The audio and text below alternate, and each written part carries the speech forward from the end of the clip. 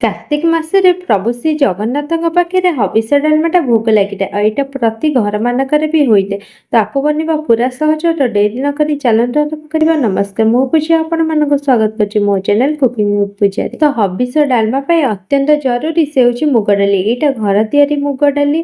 तापर किसी सारू नहीं आ हबिष डालमा अत्यंत स्वादिष्ट जहाँ लगी था से हूँ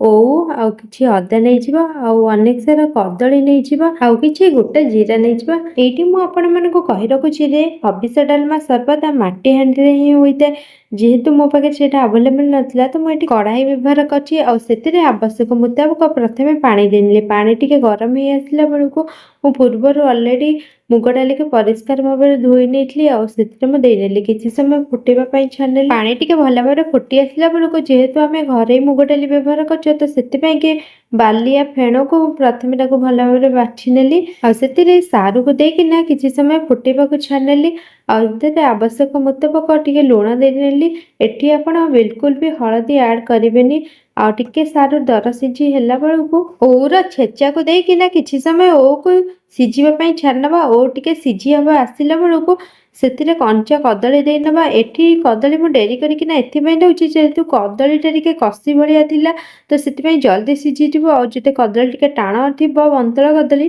तो प्रथम देने कहीं मुग डाली टे जल्दी सीझी जाए। ये देखिए डाली आराम से सीझी आसला जेहेतु घरे मुग डाली व्यवहार होती आपन चाहिए हाथ में चेक करें डाली आराम से ये सीझी जाइए। तापर बाकी जहाँ भी तो रहा डंकी टे चापी ने कहीं घरे मुग डाली टे फिटिया टे टाइम लगी था एमती हाथ में बस फ्रेश टे करने आउ कि अदा छेचा को देने